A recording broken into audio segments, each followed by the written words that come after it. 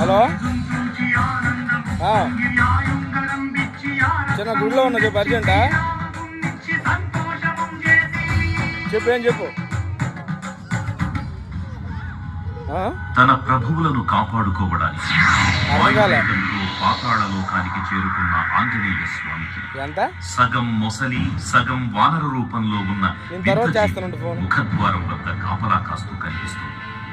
ఆ జీవి మకర ధ్వజుడు అనే తన పుత్రుడని మహాసముద్రాన్ని దాటుతుండగా నీటిలో పడ్డ తన స్వేదవిందు ఒక మొసలి గ్రహించడం వల్ల జన్మించాడని తెలుసుకుని ఆశ్చర్యపోతారు హనుమంతుల వారు. తన పుత్రుడిని యుద్ధంలో ఓడించి పాతాళ లోకంలోకి ప్రవేశిస్తారు.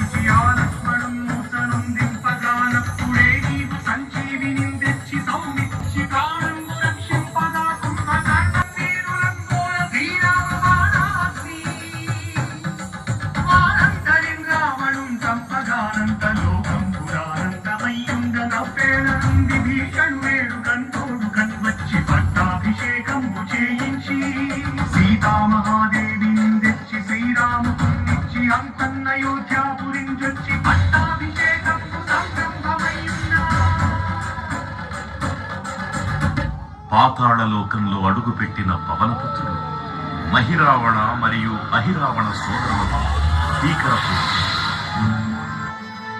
5 దిక్కులలో ఉన్న 5 దీపాలను ఒకేసారి ఆర్పడం ద్వారా మాత్రమే వారి మరణం సంభవిస్తుందని చెప్పగా అప్పుడు మహాబలి 5 ముఖాల ధారణ చేసి పంచముఖ ఆంజనేయునిగా అవతరించి ఏకకాలంలో 5 దీపాలను ఆర్పివేసి ఆ దుష్ట సోదరులను తుదముట్టిస్తారు.